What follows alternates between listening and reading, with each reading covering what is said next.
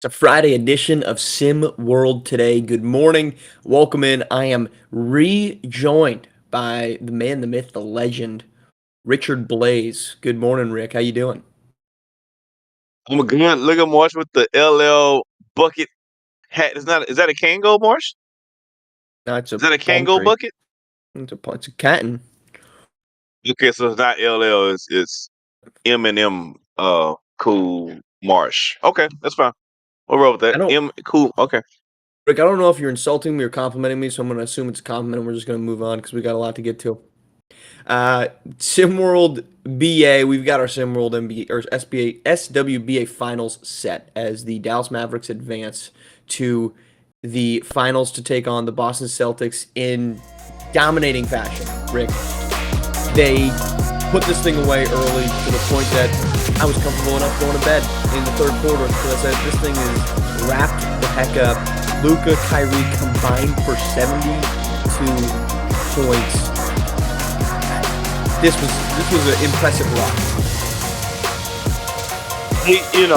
They beat the dog crap out of these boys last night. Um, it was just from the word go. It was like buzzers on a dead eagle on the road. It was just it was jeez, it was disrespectful is what it was. It was very disrespectful. Hats off to the Dallas Mavericks, who obviously came to play on the road, and they brought their road game, and their road game was on point. And actually, Minnesota is not a great home team in the playoffs. As weird as that may sound, they're actually a better playoff team on the road. At least this playoffs, they have been. So yeah, it was. It's like the old adage that Mike Tyson used to say: is everybody got a game plan until you get punched in the mouth. And Minnesota got punched in the mouth from the get go, and they were literally unable to come back. I love the fight for Anthony Edwards. I actually like Anthony Edwards more because he seemed like the only one, especially towards third, fourth quarter, who was like, "All right, man, just give me the ball and get out the way," because obviously nobody else can do anything. So, but congratulations to Minnesota Timberwolves, man. This is a team that's on the rise. I think they are moving forward. Are going to be Carl Anthony Towns less Minnesota Timberwolves. That's probably a conversation for another time. But I think the writing's on the wall, and this Minnesota team has a bright future. I'm looking forward to see this Dallas versus Boston Celtics matchup for sure. Well, we'll get to the matchup and what to watch for in the finals in just one second.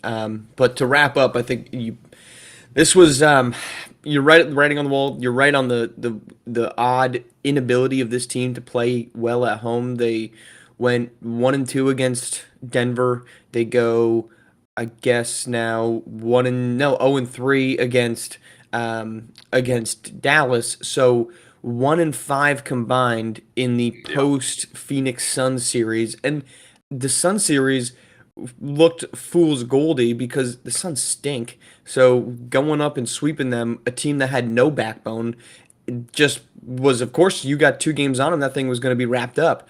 Um, I was, I think that this one kind of felt like, and I think you see this a fair amount in the later rounds, is those destructive losses in games 1 through 3 in which they were in every single one of them and they ultimately fade. I think that wears you down to the point that when you're now down 3-1 and you got to come home, you say, and you can talk all your talk, like you said, we got a game plan, we're going to do this, we're going to do that. But when you are in the back of your mind, you feel like this series should be tied at the very least, if not up. And then you know you're facing elimination. I think personally, whenever I played sports, I preferred to play on the road because I actually felt more pressure at home because it's like, oh, these people came out to watch me play, me, my team. I'm not LeBron James over here, but they come out to watch you play. I like going on the road where I want to hear bully chirping. I want to go out and I want to shut you up. And it kind of feels like that was the Wolves, where they had this sense of security where, hey, we finally got a win, and now we're coming home. We got the home crowd. We're gonna be good. And then the moment Dallas said, we literally don't care about your home crowd, and they build that early lead, it disintegrated for the Timberwolves there. And I'll be honest with you, I coming out of the halftime, I was hoping Minnesota was going to turn the ignition on and take off. If people who don't remember, they were down 29 to the champs, the Denver Nuggets. This team is not a fluke team. This team didn't get here by accident. You don't beat the champs and get here by accident. Yep. Right? The champs wasn't laying down. The champs wasn't even injured. They was healthy coming to the series, and you beat them fair and square. Out, and it was down 29 points. I was waiting for them to turn the key on in the third quarter, but apparently Dallas was like, yo, we're not having this. We're going to just smash the gas because we want to bury these guys once and for all. And they took their heart. It's like in boxing, it's like two heavyweight fighters, but one heavyweight fighter is much heavier, and they're just leaning on you, leaning on you, leaning on you. So after about round 6 or 7, bro, you're gassed. You know what I mean? Because that all that weight is leaning on you, and it becomes insurmountable. And that's what happened with this particular series. But hats off to Minnesota with a great series and a great season. It'd be interesting to see what tweaks they make to their roster moving forward. And the Wolves they don't have the dog. They don't have the Kyrie to the Luka Doncic. And I think ultimately the Nuggets did not, because Jamal Murray was a shell of himself in that game 7. Luke and Jokic was tired. So I think that's a huge part of it, because you're right. That would have been the time. This team has certainly been back against the wall before, actually twice before, and they managed to rally it out. But we are going to get Dallas and we are going to get Boston in a SWBA Finals rife with storylines. You've got the Kyrie drama. You've got the Kristaps Porzingis drama. He was supposed to be the number 2 in Dallas. Now it's Kyrie. You know, Kyrie was supposed to be the face of the Boston Celtics. Now it's Jason Tatum. What are you looking forward to? It could be storyline. It could be schematics. What are you looking forward to in the SWBA Finals, which we have now a week? June 6th is a tip-off date for that one. Yeah, I can't wait to see Kyrie back in Boston. I think I'm interested to see how the fans are going to treat him. I'm sure they're going to boo him, but is it going to be like a competitive boo, or is it going to be like, man, I hate your guts boo, right? So I want to see Kyrie how he gets down in Boston, but really the big two versus the big two. Luka and Kyrie versus Jalen and Tatum. Now on the Boston side, those guys are known to play Houdini in the playoffs.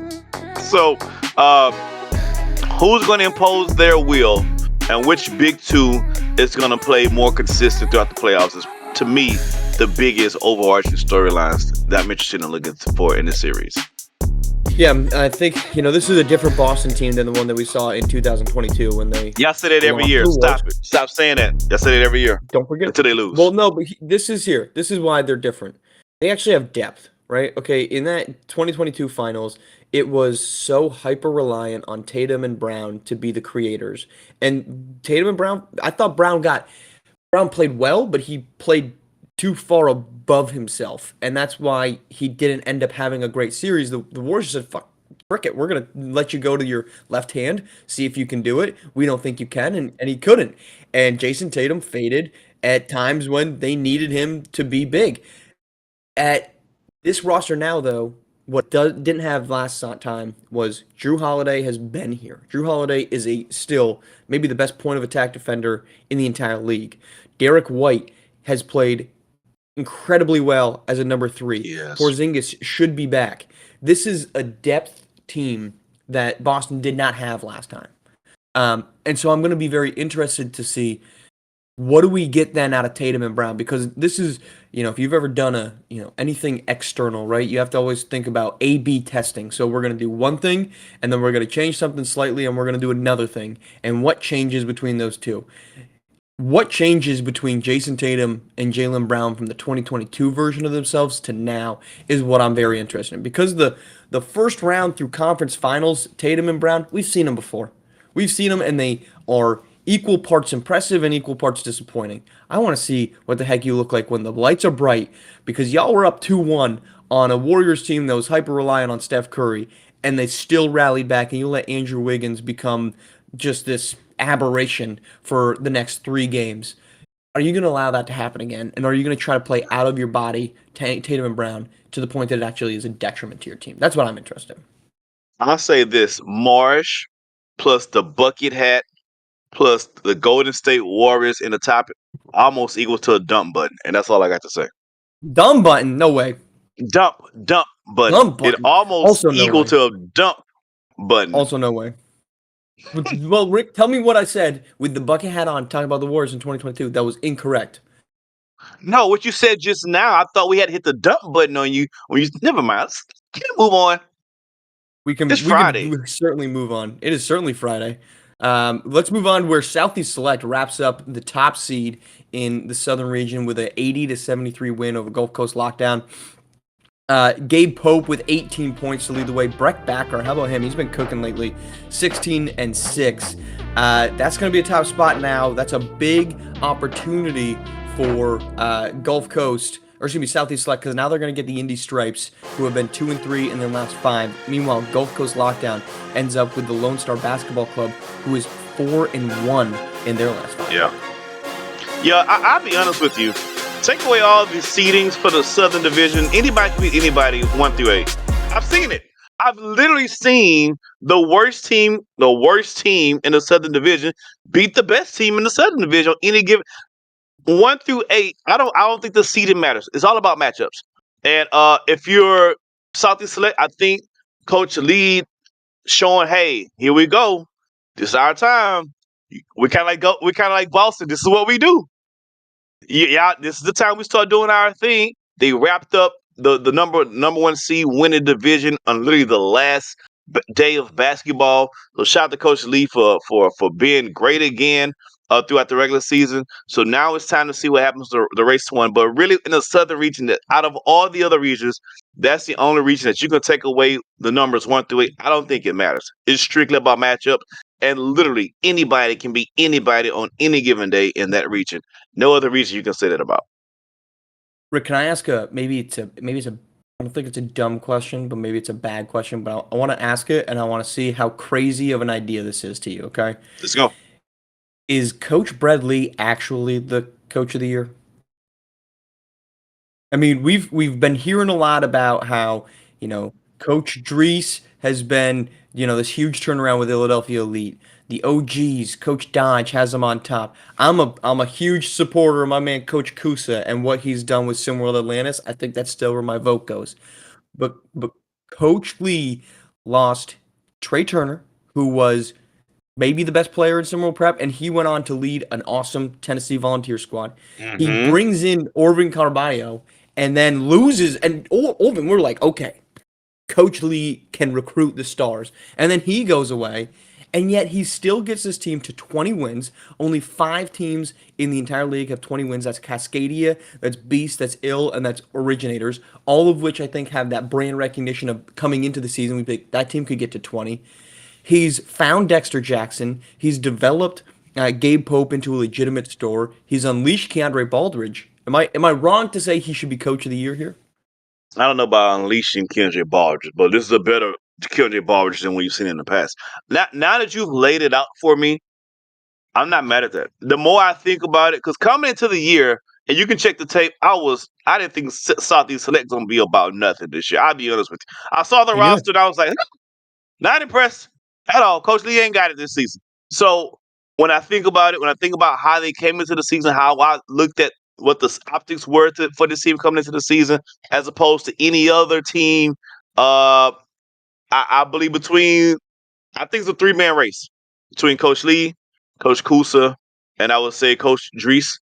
And out of those 3, yeah, Coach Lee, yeah, man. It's hard. It's hard to make a case against that. So, Coach Lee, congratulations, man. You're my coach of the year. Well, you're Marsh's and I coach of the Well, year. hold on. I'm standing on my Coach Kusa pick. Oh No man, see offense to Coach Lee. you've got more flip flops than AO in the summertime at the beach. What? Come on. I've been on that Coach Kusa train since I don't know mid-January. He's So been probably not that why good. you all me up? Why you all me up with this Coach Lee talk? Then if you got a whole nother person Because in I mind, think he's deserving of it. That's all. I'm just saying he's deserving of it. That's all. of That's course, you all. got my vote.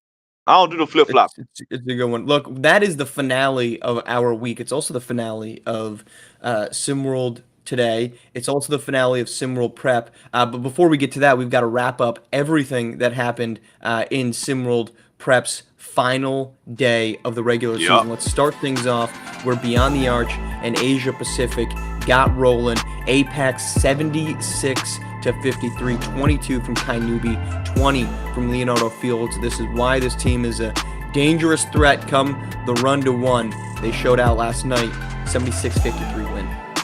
It's about that time for APEC. They make that run right here. We have Run DMV 72 over Gotham 5 G5 64, 72-64. Really good game for Run DMV, trying to repeat themselves, coming to the run to one, trying to get themselves together. Good win for them. Black jerseys on black jerseys. Talk about a nightmare. Philadelphia Elite, they survive a scare from the North on the road. North hangs around. Big offensive rebounding night from Akeem Young, but Monte Parson ends up with 26 points. Nas Hall, a nice crisp 19, 5, and 6, and they pull away late to claim the road victory. Yeah, man. Martin Parsons been acting a real mannish in these SimWorld streets. Really, really late. The game we talked about, we alluded to, Southeast Select wrapped up number one with the win over Gulf Coast Lockdown, 80-73 in a very entertaining game that you see the Wolves was busting, but it wasn't enough. Southeast Select get it done. Gabe Pope, 18 points. My man is looking good offensively this season. Coach Lee, my coach of the year, baby. No flip-flops. A well-deserved one. Let's head on out to Queen City, where they have a statement win. They hold the Yacht Club to 52 points. No score over 10 points for the Yacht Club. 20 from Marco Jacobs, despite a rough shooting night from him, and it's a 66-52 win for Queen City That was King, saucy. getting to 15-16 on the season. And Bay Area Breakers get a 77-61 win over South America. I tell you what, Bay Area might have won the game, but South America got better looking women. That has nothing to do with this game. I'm just stating random facts on a Friday. 77-61. Down Hardaway is back, ladies and gentlemen. Bay Area is looking to make a run, coming to the run to one. How about Rocky Mountain defense showing up? 52 points allowed, 8 points in the fourth quarter, and Rocky Mountain gets 75 points without having anybody score more than 14. They shoot 52% from the floor, 58 on 7 made threes from deep, and they pick up that 75-52 win. All right, that is the end of the regular season. We're going to be back for the run to one, which is June 6th in Houston. Incredible opportunity for some of these storylines to continue to play out. We will be previewing all of that next week. We'll be previewing the SWBA finals. Rick, this is the lull of sports right now. We've got nothing going on the hoops side of things for the next 4 days of business days, not counting the weekend. So I don't know what the heck we're going to talk about. By the time you get on here, we'll be fine. We building the anticipation. Hopefully it doesn't end like March earlier in the show, who got me oiled up and then just left me in the room by myself with the remote control in my hand. Sometimes you like to tease them and drag them along a little bit. So that's all we're doing over here. All right, that's our show. Thanks, y'all, for tuning in. Thank you, Rick, for joining us. This has been SimWorld Today on SimWorld TV, the only place you can see the game, be the game. We'll see you on Monday. Stay classy, San Diego.